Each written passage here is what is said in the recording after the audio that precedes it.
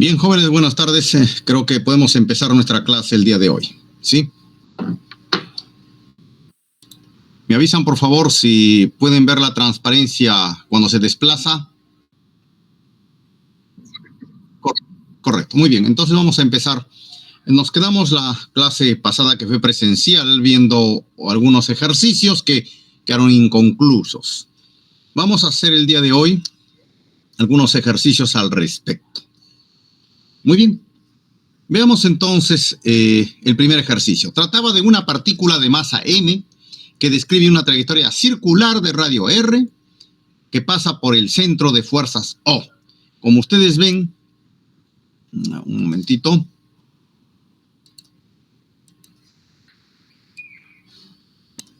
Como ustedes pueden ver, el centro está en este punto. ¿No es cierto? Está en ese punto el centro.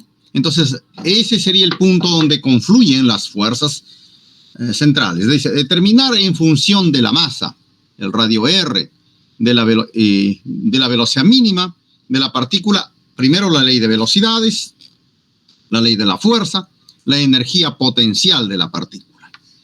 Muy bien.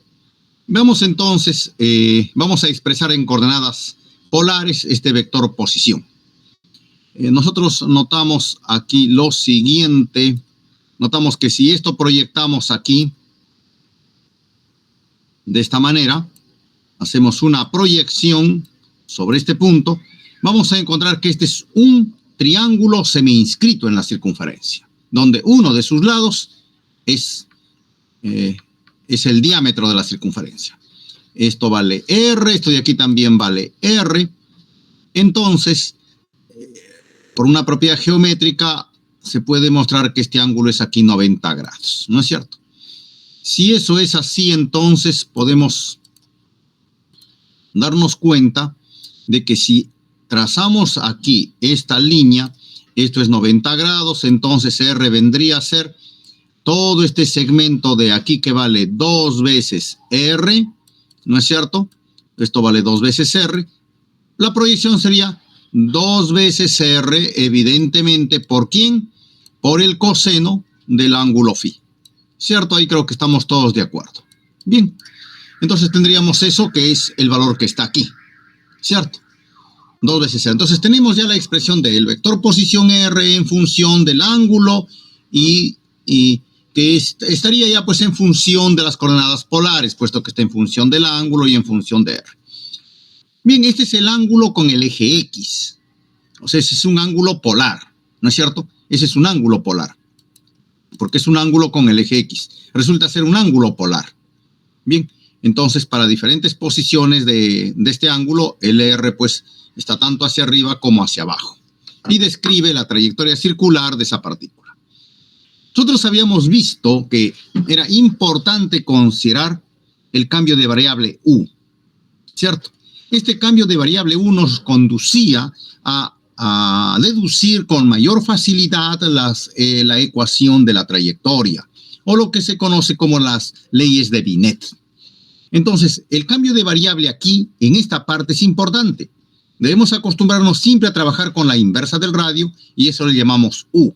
Esa es una forma con que se trabaja mucho en esta parte de gravitación, de lo que es mecánica celeste. Es muy importante hacer este cambio de variable. Es fundamental entender ese cambio de variable porque nos permite encontrar las ecuaciones de movimiento. Muy bien. Hacemos entonces el cambio de variable y tendríamos que U resulta ser 1 sobre R. Como R es este valor de aquí, la inversa será U. 1 sobre 2R coseno de teta. Muy bien. Entonces, primero derivamos para hallar las ecuaciones de movimiento. Hallamos la derivada de U. La derivada de U evidentemente va a ser la derivada del coseno. Bueno, va a ser coseno a la menos 1, ¿no? Va a ser la derivada del coseno. Esto va a estar así. A ver. U va a ser entonces de la forma 1 sobre 2R, que es una cantidad completamente constante. Y aquí por el coseno, ¿no es cierto? A la menos 1 de phi.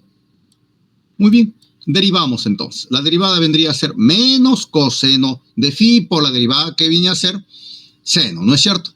menos seno. Con el menos se hace más.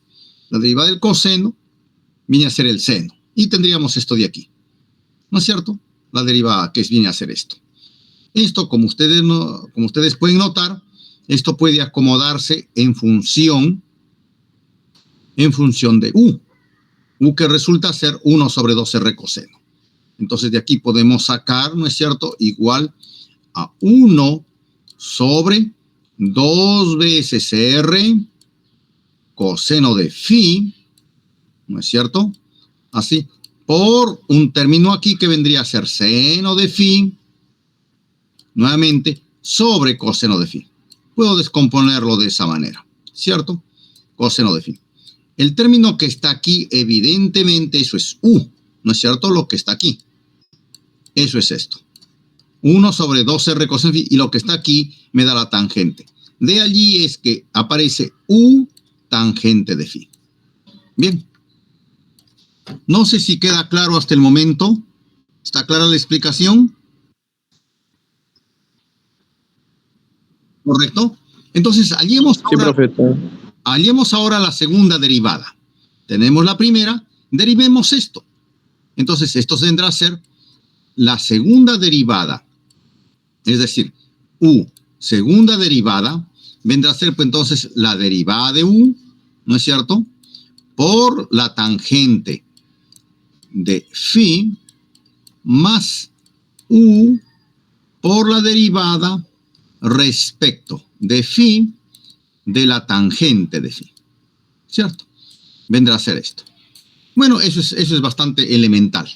La derivada de U ya la tenemos aquí, ¿no es cierto?, que viene a ser U tangente, por tangente vendría a ser cuadrado, y el término que está aquí que es bastante elemental, ¿no? Eso es bastante elemental. De la tangente secante cuadrada. Bueno, haciendo este proceso obtenemos esto, lo que está aquí. Muy bien, ahora, ¿qué hacer con eso? Vamos a recordar algo que nos permita entender mucho mejor esto. Miren ustedes, antes de continuar allí, vamos a hacer un repaso. Antes de continuar, y luego regresamos a nuestro problema. La velocidad en coordenadas, ¿no es cierto?, en coordenadas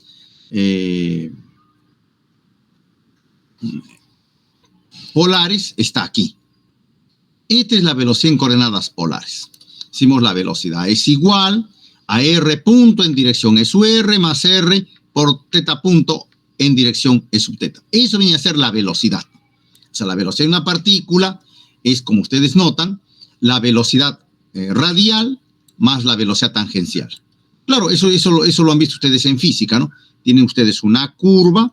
En esta curva tienen una velocidad que es así, ¿no es cierto?, que es la velocidad radial, el R punto, que vendría a ser esto, y tienen ustedes una velocidad tangencial. Esta velocidad tangencial es la velocidad angular por el radio, o sea que es velocidad angular teta punto por R. Eso vendría a ser. Y la velocidad total es pues la resultante, que es la que resulta aquí, y esa es tangente a la trayectoria. Bueno, resulta por ahí, más o menos.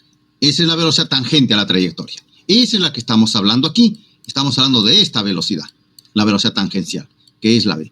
Esa V entonces resultaría ser R punto en dirección R más la velocidad tangencial en dirección teta, que es la que están viendo ustedes allí. Muy bien. Sin embargo, el momento angular la definimos como mr cuadrado teta punto. ¿Cierto? Así lo hemos definido. Entonces, de aquí despejamos el teta punto y reemplazamos aquí.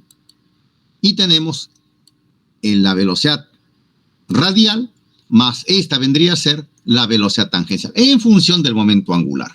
Cuando esto reemplazamos aquí, se cancela un R, el M queda debajo y queda L entre M por R en dirección radial. Y este resulta ser entonces la velocidad en coordenadas polares de un cuerpo que se mueve con una fuerza central. Muy bien.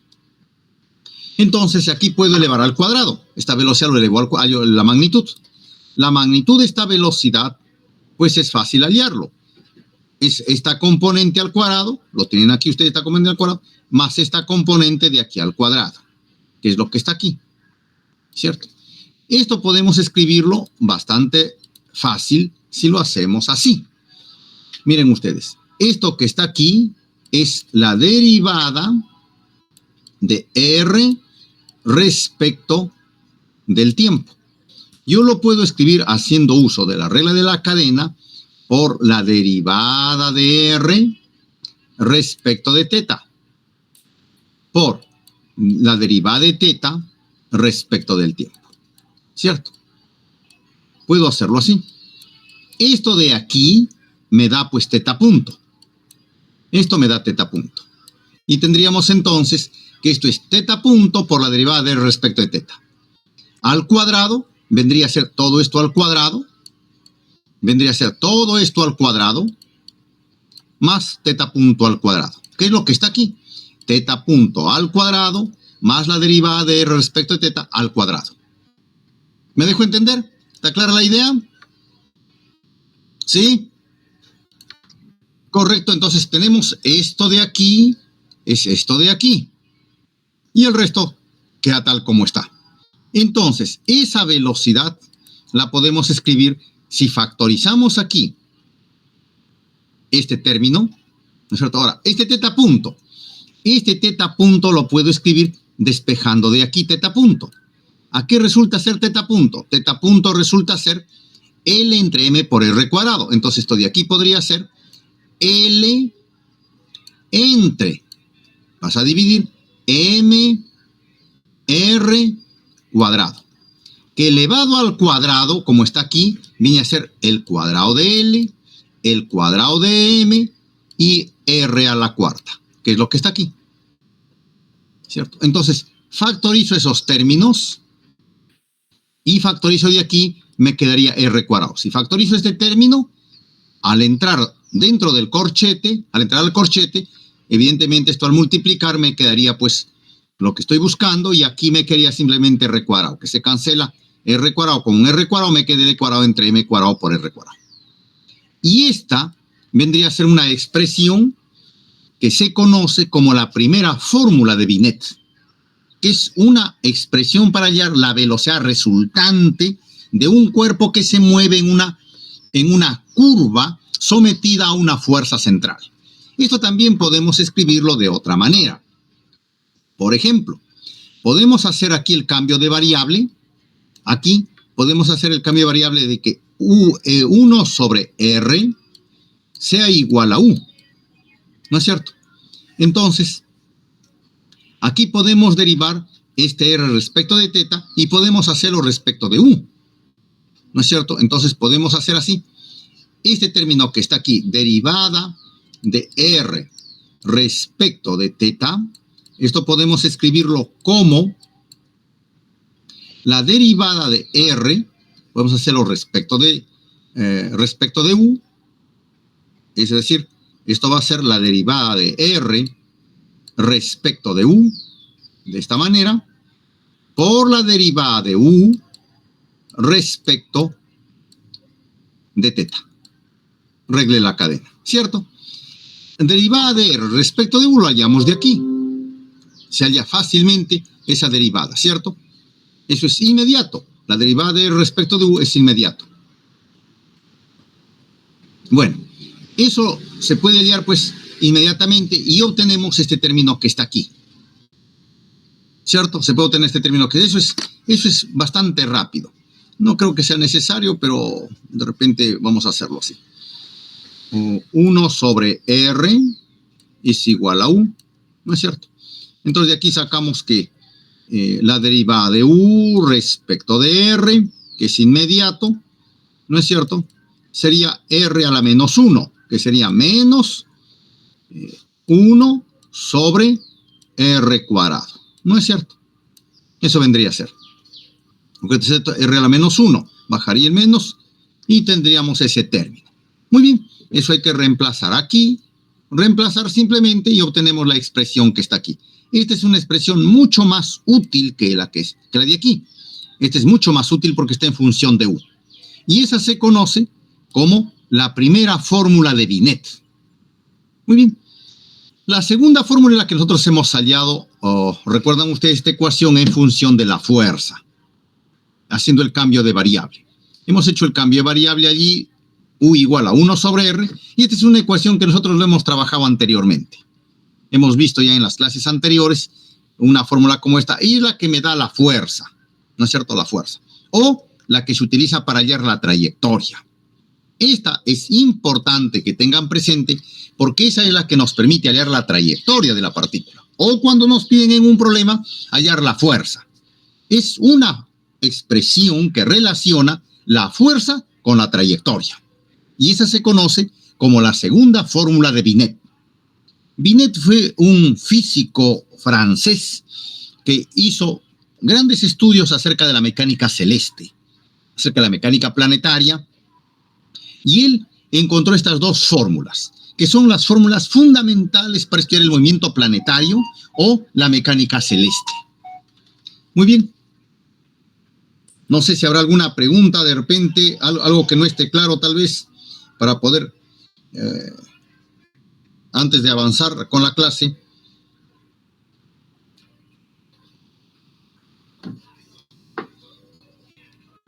Bueno, vamos a continuar entonces, si no hay alguna pregunta. Ahora vamos a retornar a nuestro problema, que nos quedamos aquí. Notarán ustedes que esta expresión que hemos encontrado aquí, la expresión que hemos encontrado aquí, si yo le sumo aquí más U, también debo sumarle aquí más U al cuadrado. Y tengo la expresión que está aquí. Esta expresión que está aquí tiene mucho que ver con la fórmula de Binet, con la segunda fórmula de Binet, que es la que está aquí. Derivada de segundo orden de U respecto del ángulo más U. Bueno. Y tendríamos aquí esta expresión. Bien. Ahora aquí hay algo que creo que por aquí me parece. Bueno, me parece que aquí hay un... A ver, un momentito. Me parece que por aquí... A ver, ¿hay algún problema aquí? A ver. Me parece que por aquí hay algún problema. Bueno, ya, vamos a ver. Vamos a ver aquí. Ya, correcto. Entonces tenemos esa expresión. Muy bien, le sumamos allí y tendríamos una expresión como esta. Miren ustedes. De esta expresión encontramos una expresión como esta, al final de sumarle. Claro, aquí factorizamos U cuadrado y tendríamos tangente al cuadrado más 1, ¿cierto? Que es secante cuadrado, que pasa como el coseno, pero este término que está aquí, U sobre coseno de phi, eso está por aquí. Miren ustedes. Elevamos al cuadrado aquí, y aquí sale 4 veces R cuadrado. Ese término lo reemplazamos aquí y obtenemos pues el término que está aquí, ¿no? Que es lo que está aquí. Entonces eso es bastante elemental. Ya tenemos ese término. Muy bien, ahora volviendo al problema. Para ello utilizamos esta expresión que está aquí. La expresión que está aquí. ¿Cierto? Utilizamos esa expresión. Y utilizando esa expresión tendríamos aquí lo siguiente. A ver. Tendríamos aquí esta expresión. Volviendo al problema, usamos la primera fórmula de Binet, que es la que está aquí. Este término ya lo tenemos. Este término que está aquí es lo que está aquí, justamente. 4R cuadrado, U a la cuarta. ¿No es cierto? Que es lo que está aquí. Bien. Una vez que tenemos eso, ya el problema se resulta bastante elemental, puesto que esto de aquí es conocido. Esto es conocido y eso vale 4R cuadrado U a la cuarta. Multiplicamos por este término y tenemos esto. ¿Cierto? Entonces, la velocidad, que es al cuadrado, sacamos la raíz cuadrada, sería 2R cuadrado L entre MR al cuadrado. ¿Qué vendría a ser esto? Esa es la velocidad que tiene el cuerpo cuando se mueve en esta trayectoria. O sea, se está moviendo en esta trayectoria con esa velocidad. Esa es la velocidad. Muy bien. Ahora, aquí nos piden en el problema la velocidad mínima de la partícula. ¿Cómo hallamos la velocidad mínima? Bueno, nos vamos a una expresión. Pues podemos tomar la derivada o simplemente podemos analizarla observando. Noten ustedes. La velocidad resulta esta expresión. El 2 es constante, el R es constante, el L es constante, el M es constante. El único que varía es el R. Entonces, ¿Cuándo esta velocidad va a ser mínima? Esta velocidad va a ser mínima cuando este R sea máximo. ¿No es cierto? Inmediatamente de ahí deducimos que la velocidad es mínima siempre y cuando entonces este R sea máximo. ¿Y cuál es el máximo valor que toma R? Recurrimos a nuestra gráfica. Este es R, ¿cierto? El mínimo valor sería cuando vale 0, cuando está aquí. Y el máximo valor que toma es cuando R va creciendo hasta que R se hace 2 veces R mayúscula. Cuando este R es igual al diámetro, 2R mayúscula, entonces esto corresponde al R máximo. ¿Cierto? ¿Estamos de acuerdo? ¿Estamos de acuerdo, jóvenes? ¿Con la explicación? ¿Están por ahí? Sí, profesor, sí. Correcto. Entonces, en ese punto se hace el R máximo. Ese R máximo nos conducirá entonces a la velocidad mínima. Decimos aquí, la velocidad V es máxima si es que R es máximo, es decir, cuando R es 2 veces el radio. Y ese reemplazamos aquí. Y obtendríamos este valor. Y ese valor sería entonces la velocidad mínima, ¿cierto? Ese valor sería la velocidad mínima. Muy bien, con esos valores, noten ustedes, expresamos este V en función de esta velocidad mínima. Entonces aquí partimos, ¿no? La velocidad es L entre 2m por R y eso lo buscamos aquí. Separamos L entre 2m por R, que es la velocidad mínima, y nos queda el término 4R cuadrado sobre R, que resulta ser 2R sobre R minúscula al cuadrado, que es lo que está aquí. Este término de aquí es la velocidad mínima. Entonces, esta velocidad resulta ser la velocidad mínima, que es esto, ¿no es cierto?, por este término que está aquí. Y esto vendría a ser finalmente la velocidad que tiene, en función del radio, de la posición R y de la velocidad mínima que nos están pidiendo. Y eso sería la solución a la primera parte del problema. Noten ustedes que es importante, muy importante utilizar las dos fórmulas de Binet. Son importantísimas. Muy bien, hasta el momento quisiera saber si está claro o hay alguna pregunta, por favor. ¿Preguntas? ¿No hay preguntas, jóvenes? ¿Está claro?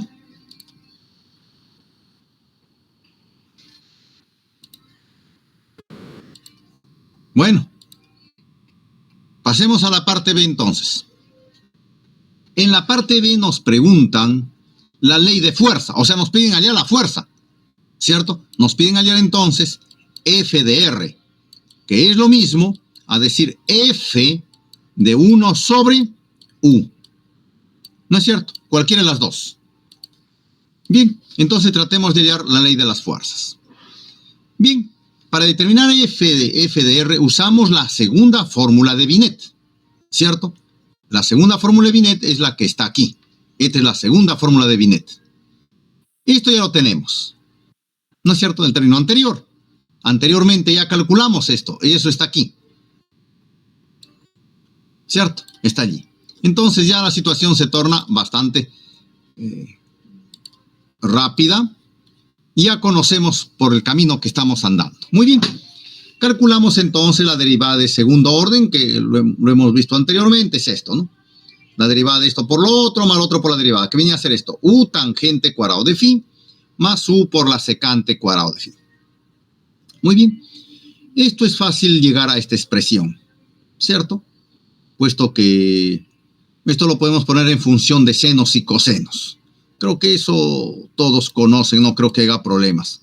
Esto es U y esto es simplemente seno cuadrado de teta, seno cuadrado de phi sobre el coseno cuadrado de phi, de esta manera, ¿no es cierto?, más U por el coseno cuadrado de phi.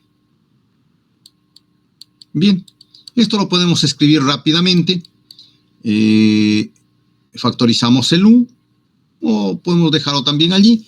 Esto de aquí es 1 menos coseno, ¿no es cierto? Esto de aquí es 1 menos coseno cuadrado de phi. Entonces de ahí sale el término. Sería 1 menos esto, sería menos coseno, ¿no es cierto? Aquí tenemos el u que podemos factorizar y me sale este término de aquí. Menos u, ¿no es cierto? Más 2 veces u sobre coseno de teta. Eso es inmediato. No creo que tengan problemas en ello ustedes. Bien, y tenemos esta expresión.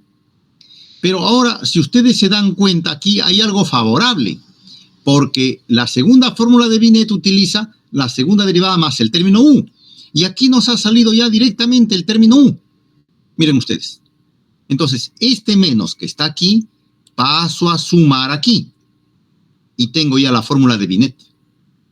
Entonces tendríamos el término que está aquí. Bueno, reemplazando este de aquí por el coseno al cuadrado de phi.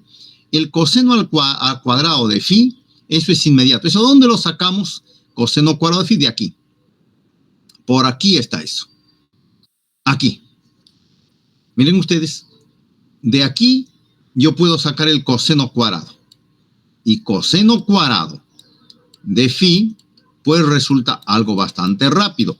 Es 1 sobre, vendría a ser aquí u cuadrado, ¿no es cierto? Por 4 veces r cuadrado. Y esto lo reemplazo aquí. Eso lo reemplazo aquí. ¿Cierto? En el coseno cuadrado. Y eso me da este término que está aquí. ¿Sí? Menos u más 8 veces r cuadrado cubo. Muy bien. Una vez que obtengo eso, miren ustedes, este término lo paso a sumar aquí. Y al pasarlo a sumar allí, obtengo pues una relación como esta. Al pasarlo a sumar allí, eso es igual a menos m, u cuadrado l cuadrado por 1 sobre u.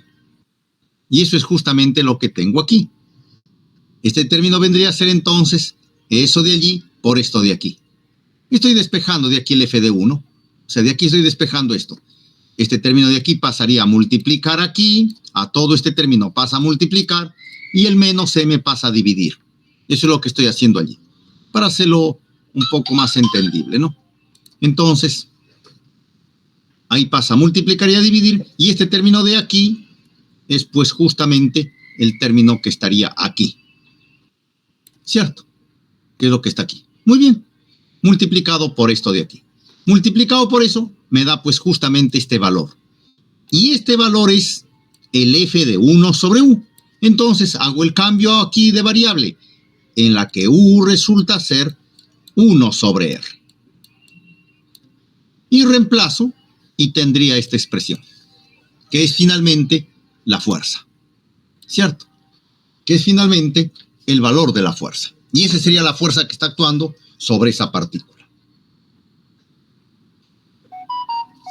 A ver, jóvenes, una preguntita. Preguntas, jóvenes. Preguntas.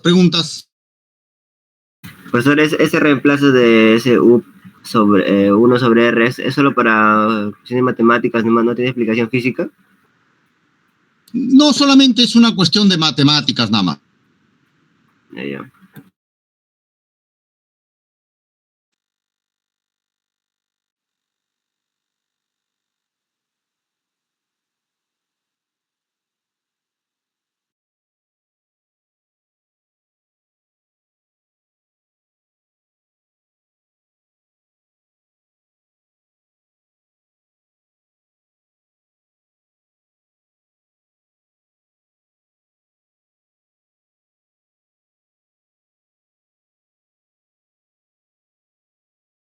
A ver, jóvenes, ¿alguna otra pregunta, por favor? Esto tiene solamente una connotación matemática, ¿no? Ese es un artificio que lo propuso, pues, este físico Binet. Claro, y ese cambio de variable 1 sobre u nos permite resolver con mayor facilidad el problema, puesto que si fuera dr sería mucho más complicado, por lo que el r, pues, está en varias posiciones, ¿no es cierto? Entonces, se ha visto, o ustedes pueden hacerlo, sin hacer el cambio de variable, también resulta la solución, sino que es mucho más engorrosa. Es mucho más, hay mucha más álgebra que hacer. En cambio, haciendo el cambio de variable U igual a 1 sobre R, es mucho más práctica la fórmula. Es mucho más, como ustedes ven, es mucho más práctica. Y esa tiene solamente una connotación matemática. No tiene nada que ver, nada de física allí, sino solamente es una cuestión netamente operacional, matemáticamente. Ahora, lo que sí debo indicarles es que aquí hay algo bastante curioso. Cuando la partícula se mueve aquí, alrededor de esta trayectoria, siendo el centro de fuerzas el origen, siendo aquí el centro de fuerzas, noten ustedes que la fuerza es una constante sobre R a la quinta. Eso es algo bastante interesante. Esto deben grabarse, que es proporcional a la fuerza a la inversa de la quinta potencia de R. Si eso sucede, es porque el centro de fuerzas está sobre la trayectoria. Sobre la trayectoria de la partícula está el centro de fuerzas. El centro de fuerzas puede estar allí, puede estar aquí en estos puntos, pero sobre la trayectoria. Si está sobre la trayectoria circular de la partícula, estamos hablando de movimiento circular, este es importante para el caso de algunos satélites. Entonces, si el centro de fuerza está sobre una de estas, sobre su trayectoria, la fuerza es proporcional a la inversa de la quinta potencia. Esa es una ley de algunos satélites, como ustedes pueden ver aquí. La fuerza resulta esto, proporcional a la quinta potencia. Entonces, si queremos escribirlo más específicamente, esto vendría a ser menos una constante K sobre R a la quinta, ¿cierto? Esto ha venido en algunos problemas, siempre han solido tomar estos problemas y siempre dicen que uno demuestre que si el centro de fuerza está sobre la trayectoria de una partícula con trayectoria circular, entonces la fuerza es inversamente proporcional a la quinta potencia de la posición. Entonces, la forma como se demuestra es esta, ¿no? Esto ha sido tomado ya en algunos exámenes, cuando toman exámenes para fuera del país, en algunas universidades, toman este tipo de preguntas y ahí notamos que el procedimiento para demostrar es esto, donde K vendría a ser pues todo esto que es una constante, ¿no es cierto? Bien, ¿alguna pregunta, jóvenes, adicional a esto? ¿Algunas preguntas? ¿Nada? ¿Todo está claro?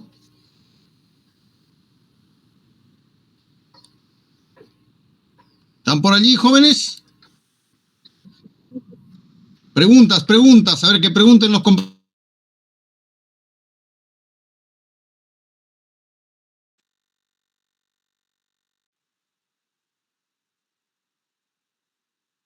Profesor, yo tengo una pregunta. Dígame. Si el sistema de referencia se toma en el punto central, ¿cuál es la relación? No, en el punto central sería pues algo bastante trivial, ¿no? En el punto central, si fuese esto, sería pues menos K sobre R cuadrado, ¿no? Esto. Una circunferencia con una cónica con excentricidad 0, ¿no es cierto? Y sería eso. O sea, es el mismo caso que tenía Kepler, el caso de una elipse, ¿no es cierto? Entonces, en el caso de una elipse, cuando la excentricidad pues es diferente de 0. El cuerpo se mueve aquí y esto va al centro y se hace una circunferencia. Entonces, al hacerse una circunferencia, la excentricidad vale 0 y la fuerza sería pues siempre central y proporcional a la inversa del cuadrado, que vendría a ser esto, ¿no? ¿Sí? Preguntas. Antes de pasar al siguiente tema. ¿Todo está claro?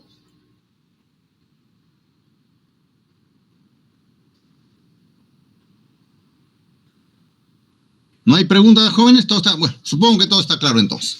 ¿Qué más nos piden? A ver, vamos a rezar. Nos piden la energía potencial de la partícula. Así que vamos a hacer la energía potencial de la partícula. A ver, ¿cómo calculamos? Bueno, ese es ya bastante elemental, pues ya tenemos la fuerza, hallamos pues la energía potencial, ¿no es cierto? Integrando, no hay otra. tenemos ya esta fuerza y hemos encontrado la fuerza. ¿Cuánto vale? Lo que está aquí. Esa es la fuerza. La fuerza es menos la derivada del potencial respecto de R. Entonces hallamos el potencial como menos la integral de la fuerza por diferencial de R. El potencial no es sino el trabajo, ¿no es cierto?, que se hace para traer desde el infinito hasta un punto. Así se define. También lo han definido así en electrostática. Entonces, ¿cuál es el potencial en un punto? Es el trabajo para traer un cuerpo desde el infinito, ¿no es cierto?, hasta dicho punto, hasta aquí. Y esto debe ser R, ¿cierto?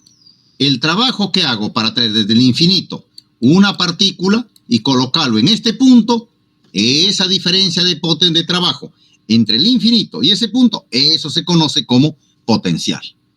Muy bien, entonces hacemos la integral desde el infinito hasta R, menos la fuerza. Bueno, y colocamos pues este valor que hemos encontrado aquí, ¿no?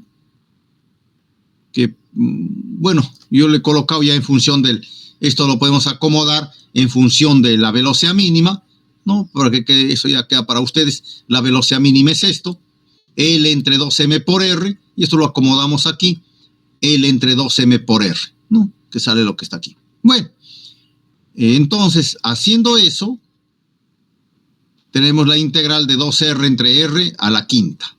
Bueno, integramos eso. La integración es de R a la menos 5, pues es una cosa elemental, ¿no?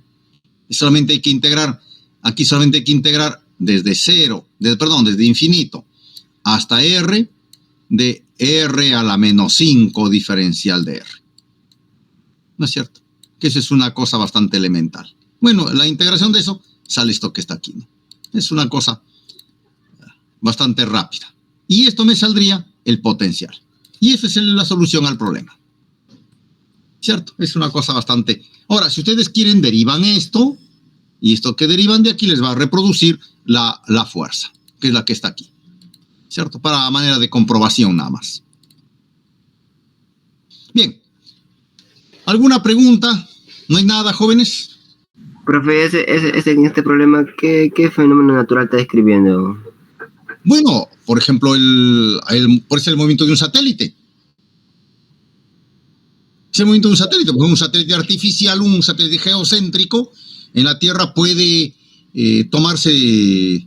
bueno, en realidad hay algunos casos de estos, ¿no?, que se pueden aproximar. Por ejemplo, hay satélites naturales que tienen órbitas muy juntas, que casi es la misma órbita, ¿no?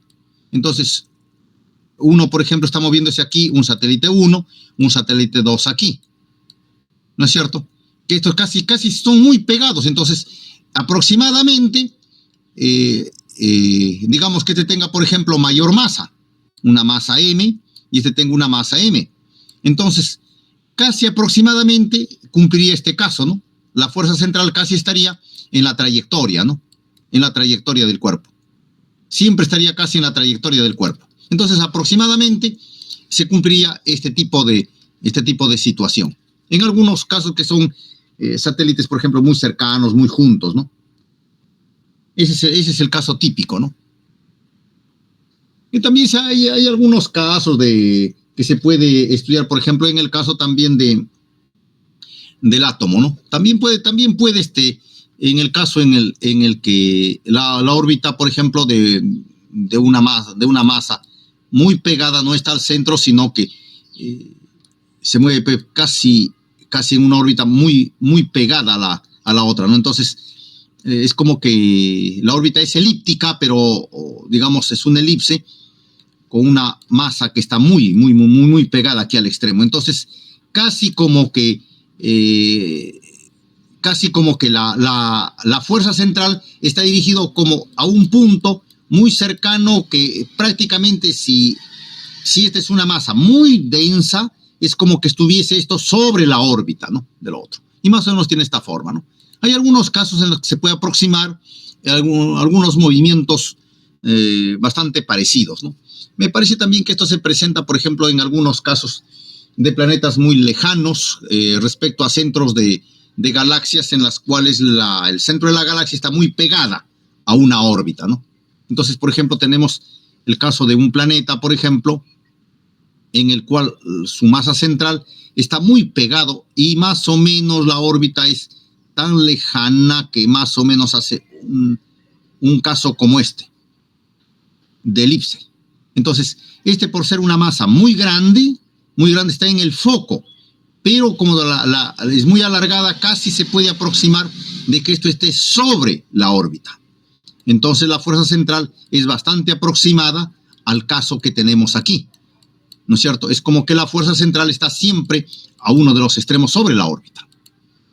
Esos son casos en los que se puede aproximar. Evidentemente, lo que nosotros tenemos es un caso teórico, ¿no? Pero que se aproxima más o menos a ese tipo de algunas situaciones que pueden existir en la naturaleza. Bueno, no sé si habrá alguna otra pregunta, jóvenes. Preguntas.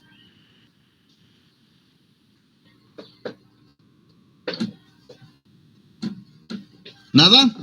Veamos otro problema entonces. Aquí hay otro problema.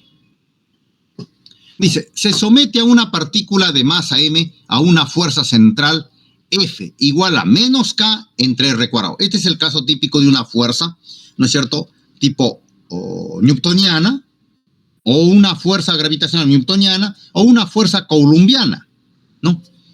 Se somete a una partícula de masa m a una fuerza central de este tipo, inversamente proporcional al cuadrado de la distancia. Calcular la trayectoria. O sea, ¿cuál es la trayectoria? Nos pide la trayectoria. ¿Cuál debe ser su velocidad inicial para que dicha trayectoria sea circunferencia? Evidentemente, si es al cuadrado, nos va a salir una cónica. Ya hemos visto que si es inversamente proporcional al cuadrado, nos salen cónicas. Eso es lo que hemos visto en la teoría. Que si es una fuerza de origen newtoniano, gravitación newtoniana, o el caso de coulombiano, nos debe salir una parábola, una elipse, una hipérbola, generalmente esas dos, ¿no es cierto? Una elipse o una hipérbola. Las otras son particularidades, ¿no es cierto?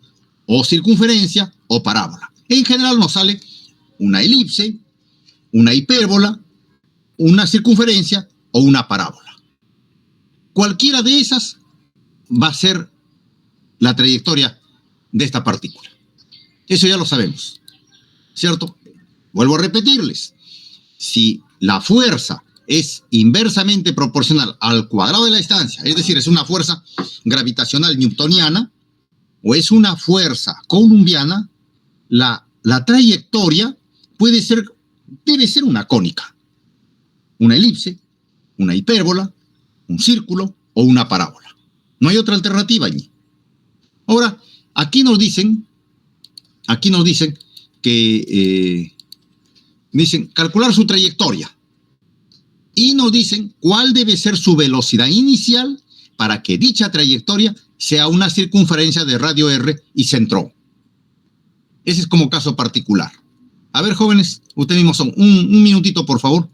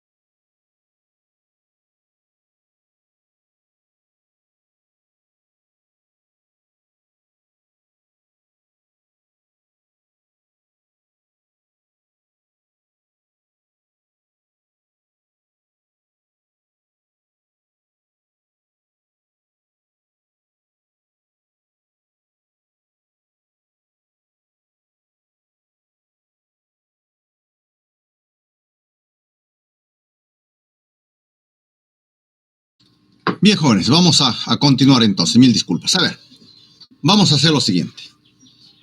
Nuevamente hacemos el cambio de variable. Ya les mencioné que es importante utilizar el término U igual a 1 sobre R. Eso es fundamental. Hacemos eso y con eso se nos alivia mucho el trabajo algebraico. Y utilizamos las fórmulas de Binet. Muy bien. Para hallar la trayectoria, noten ustedes, yo les había mencionado aquí una relación, la segunda fórmula de Binet.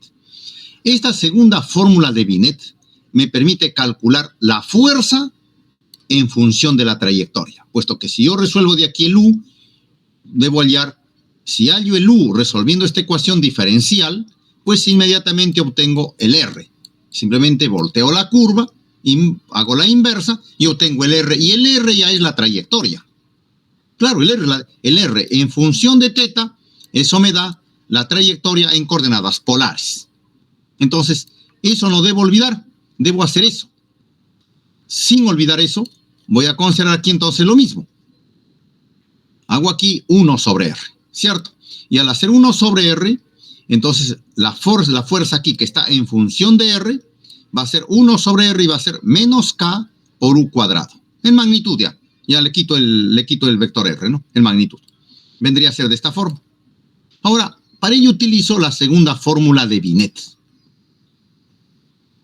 Para la segunda fórmula de Binet es la que está aquí.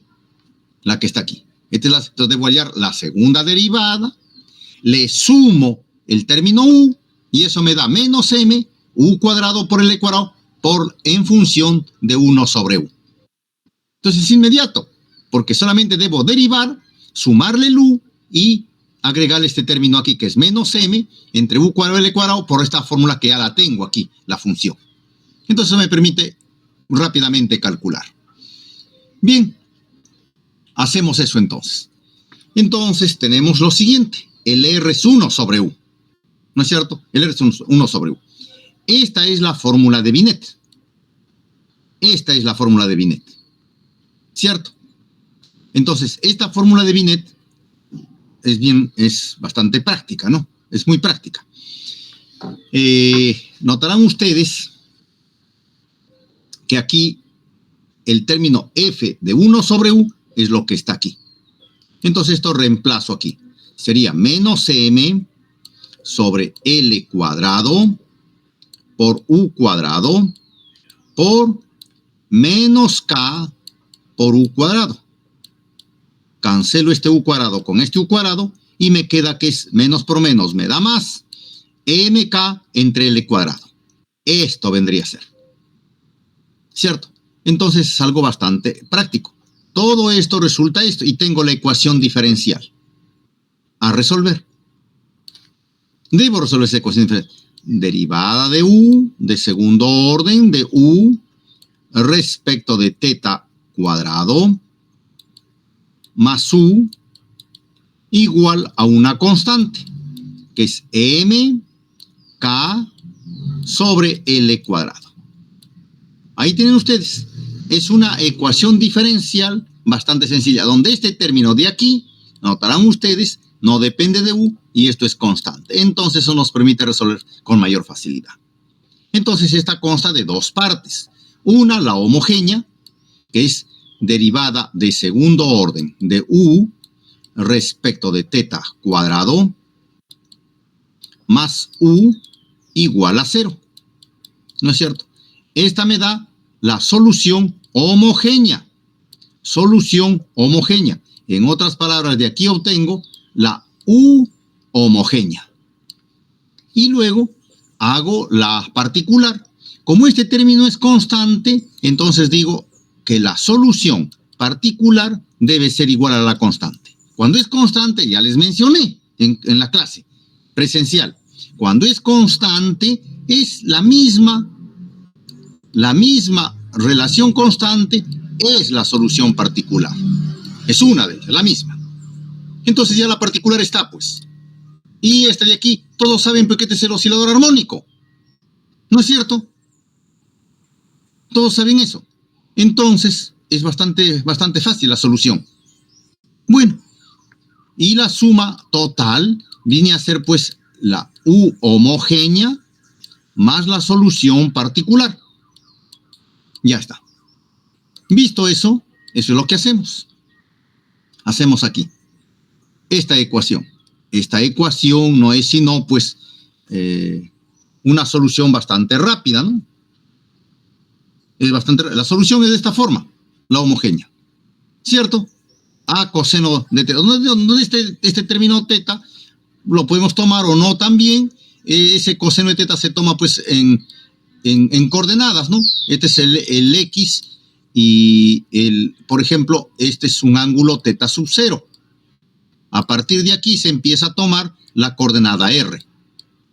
Tomándole, o sea, como que no se encuentra sobre el eje, sino que se encuentra desplazado para el tiempo 0, se encuentra el R en el teta sub 0. Cuando teta sub 0 es 0, el R se encuentra sobre el eje X y esto sale 0. ¿Cierto? Esa es la referencia. Yo le tomo en forma general. Pueden tomarlo también como 0, ¿no? Pero yo le tomo en forma general. Bien. Entonces, la solución homogénea de esto es pues a coseno de teta. O también pueden ponerle a seno de teta, porque es una función armónica. Muy bien.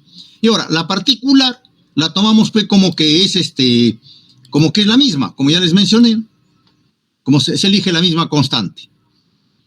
Ya tenemos pues entonces la solución. Esta es la homogénea y esta es la particular. Y por tanto la solución vendría a ser las dos. La particular más la homogénea. Y ya está, ya se resolvió el problema. Ahora, una vez que hemos hecho eso, ya tenemos U. Pero ustedes recuerdan que este U es 1 sobre R. ¿Cierto? ¿Me están siguiendo por ahí? ¿Jóvenes? Sí, sí. No se están durmiendo, ¿no? A ver. Tenemos entonces que esto es 1 sobre R. Ahora empezamos a acomodar bonitas las cosas. Tenemos que darle forma. Esto de aquí es 1 sobre R.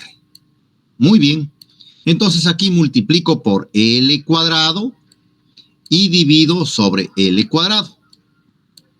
Es decir, esto lo escribo como 1 solo. Entonces lo escribo como 1 solo.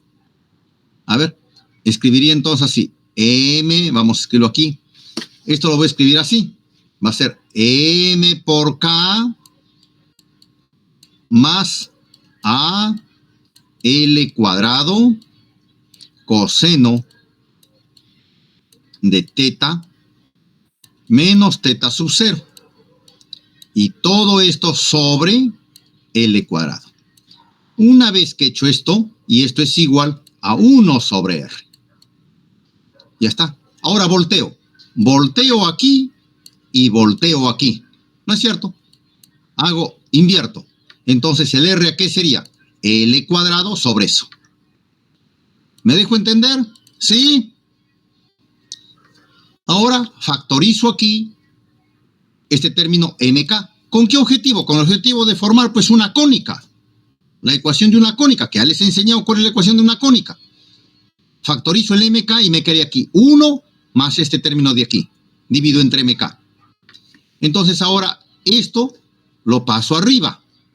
L cuadrado entre MK y debajo me queda 1 más esto. Y esto a ustedes deben recordarles que esta es la ecuación de una cónica. P sobre 1 más o menos la excentricidad por el coseno de teta. Esta era la ecuación de una cónica. ¿Recuerdan?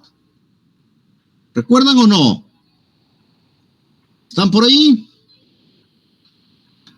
¿Jóvenes? Muy bien. Eso es lo que he hecho aquí. Le he dado esta forma, divido a ambos miembros por MK y obtengo esto. Esto lo comparo con la ecuación de la cónica. Entonces, noten ustedes aquí lo siguiente. Deben entender esto. Este término es un número. Entonces, esto es un número. Esto es un número. La dimensión de esto debe tener la dimensión de P. Es decir, P, ¿qué cosa es? Dimensión de R. ¿Cierto? Porque esto es un número, la excentricidad es un número, el coseno es un número. Esto no tiene dimensiones. R debe tener las mismas dimensiones de P. Entonces P debe ser una longitud, un R. Por ejemplo, puede ser un R sub 0, ya lo que sea. Muy bien. Entonces ahora comparamos esto de aquí comparamos con esto. Y decimos que hemos descubierto que la trayectoria para esta fuerza es una cónica, ¿no es cierto? Con un parámetro P, que es el parámetro que vale ¿cuánto? ml cuadrado entre mk. Y con una excentricidad que vale al cuadrado entre mk. Ya está, esa es la respuesta. Que es una cónica con este parámetro y con esta excentricidad. Entonces hay que ver si esta excentricidad es mayor que 0, menor que 0. Si es mayor que 0, ya ustedes saben, nos da una hipérbola. Si es menor que 0, nos da una elipse. Si es igual a 0, nos da una circunferencia. Si es igual a 1, nos da una parábola. ¿No es cierto? Según los valores que nos den aquí, ya podemos saber si es una parábola, es una elipse, es una hipérbola o es una circunferencia. Por el momento esto no es 0, entonces no es una circunferencia. ¿Me dejo entender? ¿Está clara la idea? Muy bien. Ahora me dicen,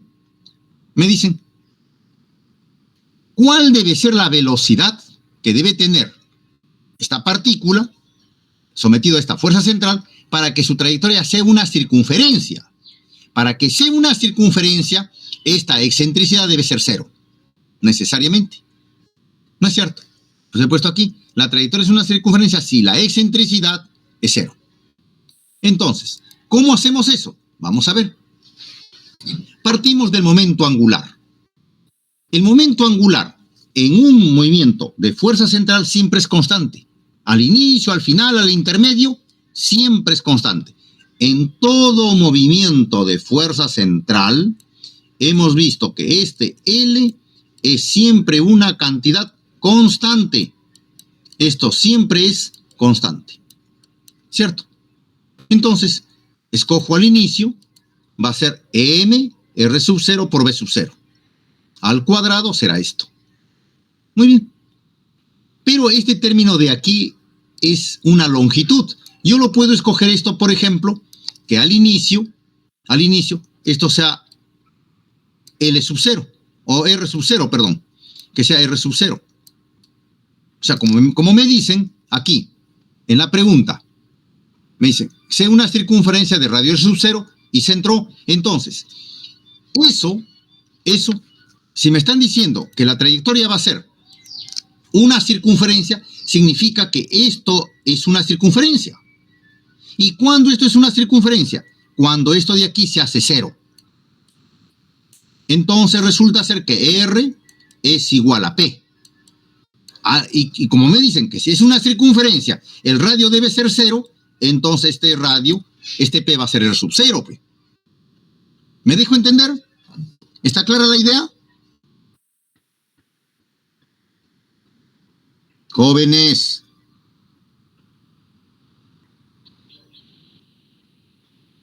¿Están por ahí?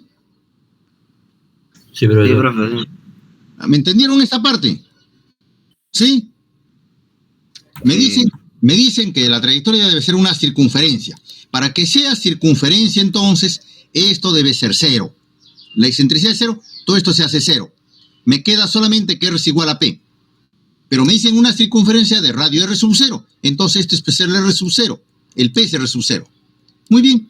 Ya con eso ya descubrí entonces que esto es R sub 0. ¿Qué es R sub 0? Este término de aquí, el P. ¿Y cuánto vale el P? L cuadrado entre MK. Entonces, L cuadrado entre MK es el R sub 0. Despejo el L. Sería MK R sub 0 y eso aquí igualo. Reemplazo allí. MKR sub 0 es M cuadrado, R sub 0 cuadrado, B sub 0 cuadrado y cancelo. ¿No es cierto? De ahí despejo el B sub 0, que sale esto. Y saco la raíz cuadrada. Y esta será la velocidad que tiene que tener la partícula. ¿Para qué? Para que su trayectoria sea una circunferencia de R sub 0 de radio. Y ya está. Terminamos el problema. Preguntas. Preguntas, jóvenes.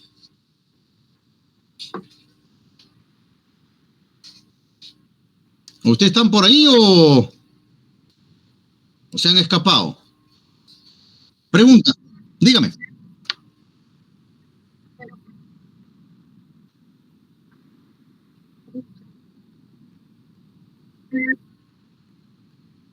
¿Se refiere a la fórmula de Binet? Ya. La primera es para hallar la velocidad. La primera fórmula es para hallar las velocidades.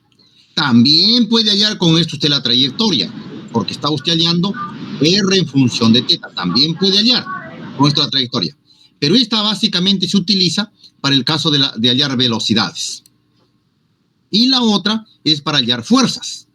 Esta es para hallar velocidades y para hallar fuerzas. Generalmente esta es la que más se utiliza. Esta es la que más se utiliza respecto a la primera. La primera también, pero tiene mayor utilidad la segunda porque la segunda nos permite hallar la fuerza.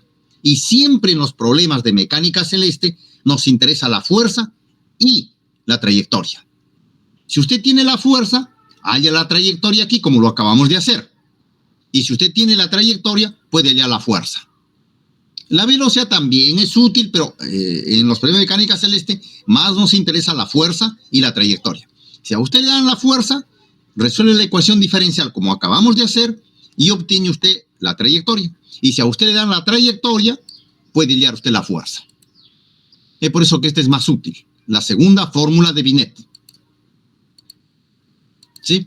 Y cómo se halla la trayectoria, como acabamos de hacer este problema. Me dan la fuerza y hago la segunda fórmula de Binet y de esta manera hallo yo la trayectoria. Como ustedes ven, hemos hallado la trayectoria para una cónica. ¿No es cierto? Ahora, si me dijeran, por ejemplo, que es una parábola, entonces si es una parábola, esta excentricidad debe ser 1. ¿No es cierto? Esto debe ser 1. ¿Cierto? Y de allí despejo pues el L cuadrado y reemplazo, ¿no? Que en este caso hemos tomado que es 0. ¿No es cierto? Bueno. Bien, jóvenes. Si no hay preguntas para ver un último problema. Profe, yo tengo una pregunta. Dígame.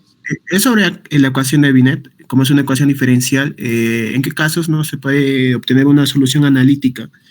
¿Y qué representaría en ese aspecto cuando no tiene una solución? Sí. Hay casos. ¿Cuáles serían los métodos más efectivos, no? Correcto. Le explico. Estos casos de aquí, en este caso de aquí, no siempre puede haber una solución efectiva para la fórmula de Binet. Como cualquier ecuación diferencial. Por ejemplo, imagine usted que aquí hubiese salido, aquí en esto, por ejemplo, vamos a ver, aquí. Aquí. Esta es la ecuación que vamos a desarrollar. Imagine usted que, supongamos que aquí me salga no este término constante, sino me salga, por ejemplo, un término coseno, por ejemplo, digamos de un valor diferente que no es θ, sino es phi. O por ejemplo, podría ser algo más práctico, no coseno tal vez, o bueno, coseno de θ. Ya está.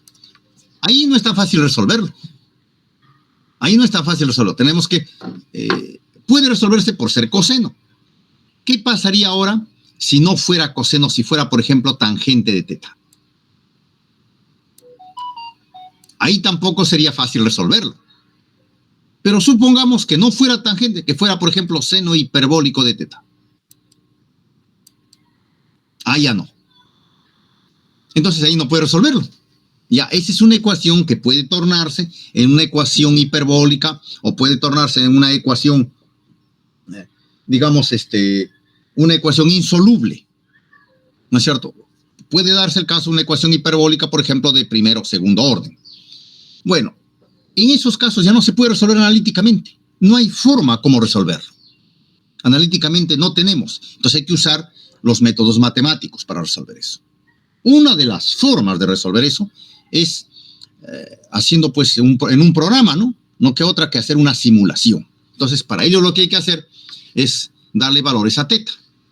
Se da valores a θ, por ejemplo, cuando θ vale, digamos aquí en el caso del seno, cuando vale, por ejemplo, pi medios, y nos va a dar una gráfica, nos va a dar una solución, una gráfica. Por ejemplo, así. Cuando hacemos para pi tercios, lo mismo, nos da una serie de gráficas. Por ejemplo, para pi cuartos, así sucesivamente. Hacemos una serie de simulaciones. Y para cada uno de ellos tengo una gráfica. Y evidentemente eso puede darme un patrón. Si hay un patrón a donde tienden estas soluciones, entonces he obtenido más o menos una tendencia. Si no, para cada punto tengo que tomar una solución. No me queda otra alternativa. Y solamente podemos hacerlo con métodos numéricos o una simulación. Es la única manera. Tal como usted trabajaba para el caso del péndulo simple. En el caso del péndulo simple, usted tiene algo parecido. ¿No es cierto? Pero en ese caso no puede resolverlo pues directamente. Solamente usted hace una aproximación que cuando teta es muy pequeño, casi tendiendo a 0, y dice usted pues que teta más o menos debe ser menor de 10 grados, ¿no? Entonces, en ese caso, dice usted el seno de teta es igual a teta. Y tiene usted la ecuación del péndulo. Solo en ese caso. Pero esa es una solución aproximada, que funciona evidentemente en los relojes de péndulo. Pero si usted quiere para más ángulos, usted tiene que hacer una simulación. No hay otra alternativa. Tiene que simular. Y para cada término, para cada valor que le asigne al ángulo, tiene usted una solución. Es la única forma. Porque ahí tenemos ecuaciones elípticas pues, de primer y segundo orden que son insolubles. ¿No es cierto? No es posible. Y aquí nos puede salir eso. ¿Sí? No sé si habré respondido su pregunta.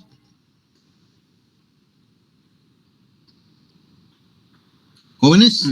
Sí, profesor, muchas gracias. ¿Alguna otra pregunta antes de continuar? Profe, Dígame. ese problema, bueno, el segundo que resolver no hubiera sido más rápido igualando la fuerza centrípeta igual a la fuerza de atracción. Porque sale igual. Claro, en el caso de que en el caso de la circunferencia. Claro. Pero si no es circunferencia no puede hacer eso. No, claro, solamente para ese caso. Claro, para ese caso nada más. Ahí sí. Claro, en el fondo esto que está aquí, esto que hemos hecho es eso. Esto que está aquí en el fondo, esto es eso. Igualar la fuerza a la fuerza centrípeta. Eso es lo que se ha hecho allí en el fondo. Pero con esa teoría no podría usted encontrar esto. La ecuación de la trayectoria. Porque ahí no sabe usted si es circunferencia o no. Entonces ahí tiene que usar la fórmula de Binet necesariamente, ¿no? Pero si usted le dice circunferencia, pues ya, si es circunferencia, usted iguala la fuerza centrípeta a la fuerza que le dan y eso le da la solución, ¿no? No hay problema. Lo que usted ha dicho es correcto ahí. Bien, veamos entonces el último problema que es bastante elemental. Dice lo siguiente, este tiene un objetivo que les voy a explicar porque les he mencionado, porque le he colocado. Determine la expresión de la fuerza. Ahora me dan la fuerza, ¿no es cierto? En el problema anterior me daban la fuerza y me pedían la trayectoria. Ahora me dicen que determine la fuerza y me dan la trayectoria. Es caso contrario a lo anterior.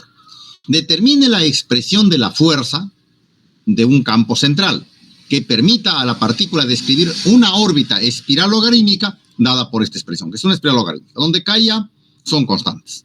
Noten ustedes allí, tiene una connotación contraria al problema anterior. La anterior me daban la fuerza y me pedían la trayectoria. Ahora me dan la trayectoria y me piden la fuerza. Bueno, lo mismo. Partimos del mismo camino. Hacemos U igual a 1 sobre R y eso viene a ser 1 sobre K por E a la menos A por teta. Lo contrario. Entonces, hacemos lo mismo. La fórmula de Binet. No hay otra forma, porque esta expresión es una expresión formidable, porque esta me dice U respecto de teta cuadrado más U. Esto es igual a menos un término que tiene que ver con L por la fuerza que depende de 1 sobre U. Esa es la fórmula de Binet. Entonces, esto es formidable. Construimos este mismo término y cuando construimos este mismo término, eso debe ser igual pues a la fuerza. ¿No? Ahora a mí me dan la trayectoria, derivo esto, le sumo esto y eso lo iguala a la fuerza. Ya tengo la fuerza. Si me dan la fuerza, como en el caso anterior, entonces resuelvo la ecuación diferencial. Me dan la fuerza, ahí mismo resuelvo la ecuación diferencial y se resuelve el problema. A ver, veamos ahora. hago la primera derivada, ¿no es cierto? Eso me da el término que está aquí, A sobre K negativo por E a la menos A por teta. Muy bien, ahora hago la segunda derivada, derivo esto de aquí. Nuevamente sería menos por menos más, A cuadrado sobre K por E a la menos A por teta. Pero este término que está aquí, noten ustedes el término que está aquí. 1 sobre K por E a la menos A por teta, esto no es sino U. ¿No es cierto? Eso es U, lo que está aquí. Entonces, este término sería A cuadrado por U. Y ya está. Ahora, en la fórmula de Binet. Reemplazo en la segunda fórmula de Binet. Este término ya lo tengo, está aquí. Este término tengo que adicionarle. Y eso me va a dar menos M sobre U cuadrado L por la fuerza. Miren qué fácil. Entonces, de aquí despejo el F de 1 sobre U y resulta este término de aquí. Una vez que tengo eso, restituyo el U por el R. 1 sobre U resulta ser el R. Ya está. Sustituyo aquí y tengo aquí la fórmula de la fuerza. Y esta es una fuerza que es inversa al cubo. Y cuando es inversa al cubo, miren ustedes, esto resulta ser una fuerza central, pero de tipo logarítmico. Así. O sea, aquí la fuerza siempre está hacia el centro de curvatura. Siempre está hacia el centro. Pero es logarítmico. Es una curva logarítmica. Y las curvas logarítmicas, que pueden ser, son curvas abiertas, esas son inversamente proporcionales al cubo de la distancia. Entonces, hay un tipo de movimiento de algunas partículas que pueden ser, por ejemplo, en campos magnéticos, que son fuerzas centrales en forma de campo magnético, que pueden tener esta forma. ¿No es cierto? Y esas son fuerzas del tipo central. Ahora, no olviden ustedes que si les dan a ustedes la trayectoria, es fácil hallar la fuerza. Y si les dan la fuerza, hacen lo contrario de aquí. Hacen lo contrario de aquí. Tienen ustedes aquí la fuerza, reemplazan aquí la fuerza, hacen el cambio de variable, reemplazan la fuerza y resuelven la ecuación diferencial. Esto más esto igual a esto. Si esto es constante, entonces la solución particular es la misma. Y si no, tienen que plantearse una ecuación. Entonces, por ejemplo, si es coseno de teta, ustedes se plantean pues un A coseno de teta también. Y esto lo reemplazan allí y ven cuánto vale la constante A. ¿Cierto? O pueden ponerle, por ejemplo, aquí también otro valor. De repente, si no funciona, le colocan una constante aquí al ángulo, omega, por ejemplo, y hallan esos valores. Y si no, con una constante delante, ya van tanteando y hallando cuánto vale la constante como una solución particular. Por eso su nombre dice, es una solución particular, ¿no? No es una solución general. Basta que encuentren una de ellas, ya tienen el problema resuelto. Bien, jóvenes, preguntas.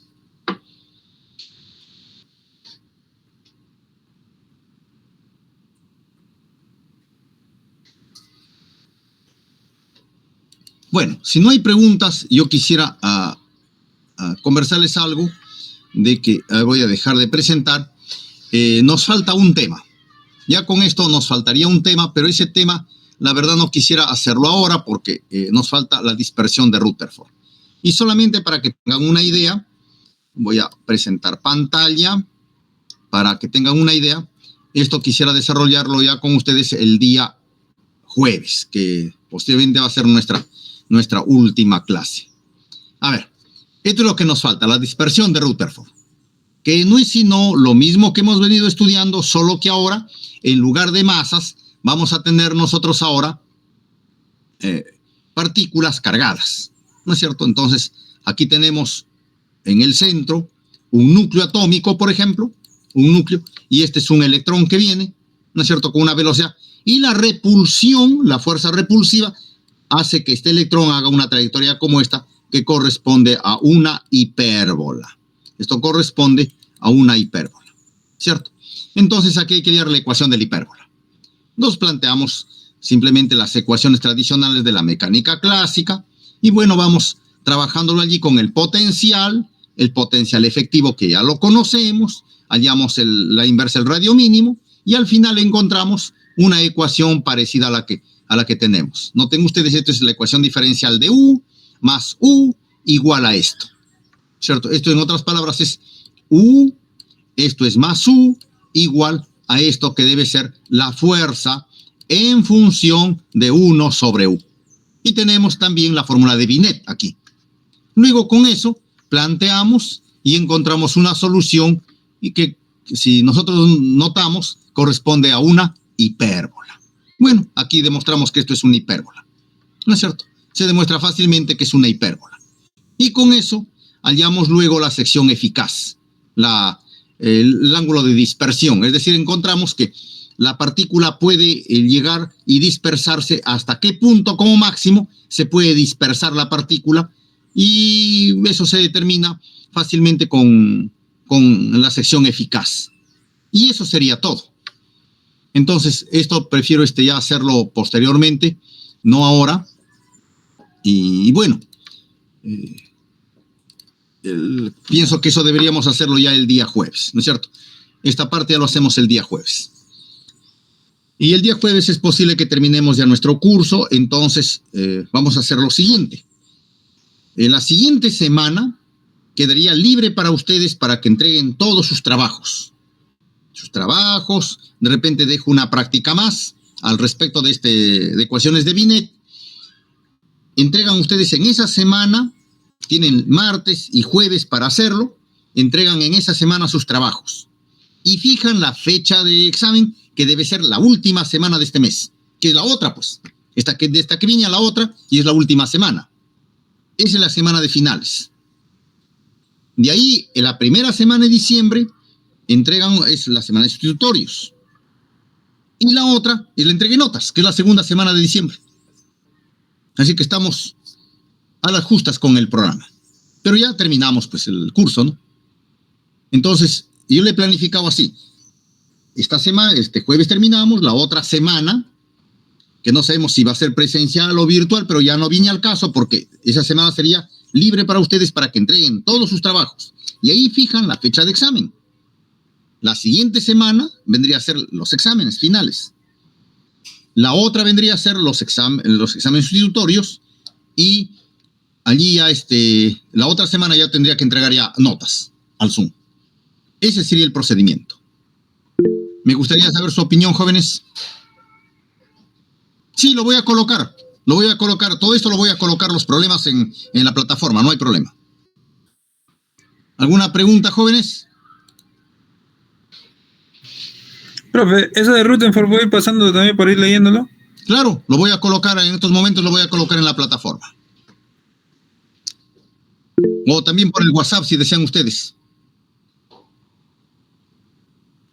Sí, estoy pensando dejar una tarea, depende de ustedes. Si les alcanza tiempo o no les alcanza tiempo. No sé cómo están en los otros cursos. Para dejar una última tarea de movimiento planetario. Sí, está bien, profe, déjalo. Ya, correcto. Voy a dejar una práctica entonces bastante sucinta, sencilla y rápida, y para que lo hagan esta semana que queda libre. ¿Sí? Ok, preguntas, jóvenes, preguntas.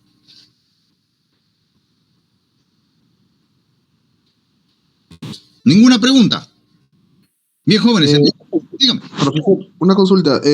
Por ejemplo, yo ya he resuelto el parcial. ¿Le puedo entregar por su correo la solución? No. Voy a abrir una plataforma para que lo suban por allí. Ah, ya, ok. Sí, voy a abrir un meeting en la plataforma, sí. Bien, ¿alguna otra pregunta? Ninguna. Entonces ahí nos quedamos, jóvenes. Será hasta la próxima clase, en la que debemos terminar con dispersión de Rutherford, que es el día jueves. ¿Sí? Ok, profesor. Ok, jóvenes. Un buen día. Muchas gracias. Cualquier cosa está a la orden. Gracias, profesor. Hasta luego.